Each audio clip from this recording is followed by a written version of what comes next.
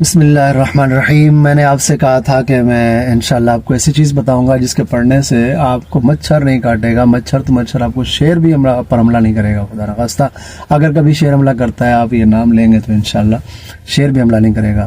ممکن ہے کسی کو خیال آیا، پہلے میں اس وسوسے کی کاٹ کر دوں کہ جی یہ کیسے ہو سکتا ہے کہ یہ نام لے اور مچھر نہ کاٹے۔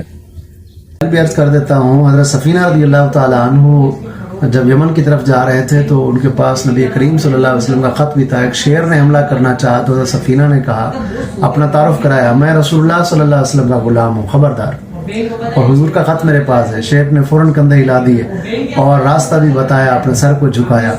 ایسے ہی وہ بھیڑیا جس نے بکریوں کا خیال کیا تھا، قاضی یاز نے اسے بھی شفا شریف میں لکھا ہے۔ قاضی یاز رحمۃ اللہ تعالیٰ علیہ لکھتے ہیں کہ اس بھیڑی نے بکریوں کا خیال کیا تھا جبکہ وہ شخص نبی کریم صلی اللہ علیہ وسلم کی بارگاہ میں ایمان لانے کے لیے حاضر ہوا تھا۔ بھیڑی نے اس سے کلام کیا تھا۔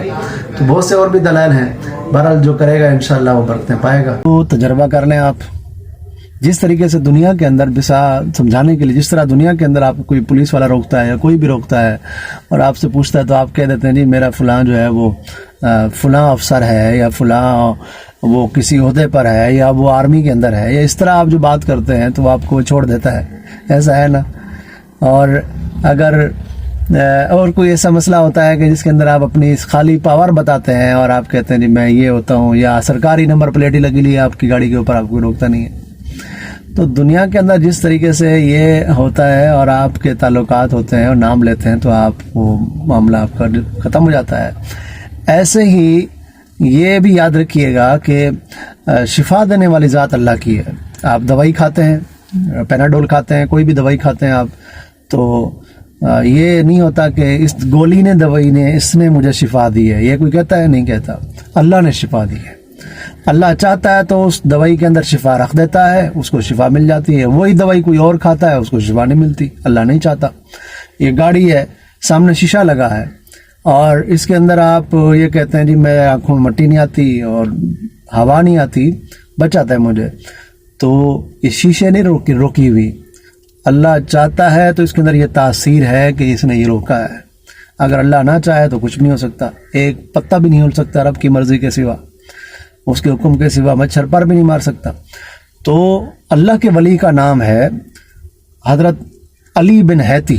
یہ نام لیں گے جب آپ تو انشاءاللہ العزیز مچھر آپ کو نہیں کاٹے گا، آس پاس تو گھومتا رہے گا لیکن آپ کو کاٹے گا نہیں۔ ہاں، ابو رسالہ قشیریہ کے مصنف یا جنید بغدادی رحمۃ اللہ علیہ ہیں یا امام قشیری رحمۃ اللہ علیہ، وہ لکھتے ہیں کہ یہ جو اولیاء اللہ ہیں یہ اللہ کے لشکروں میں سے ایک لشکر ہیں۔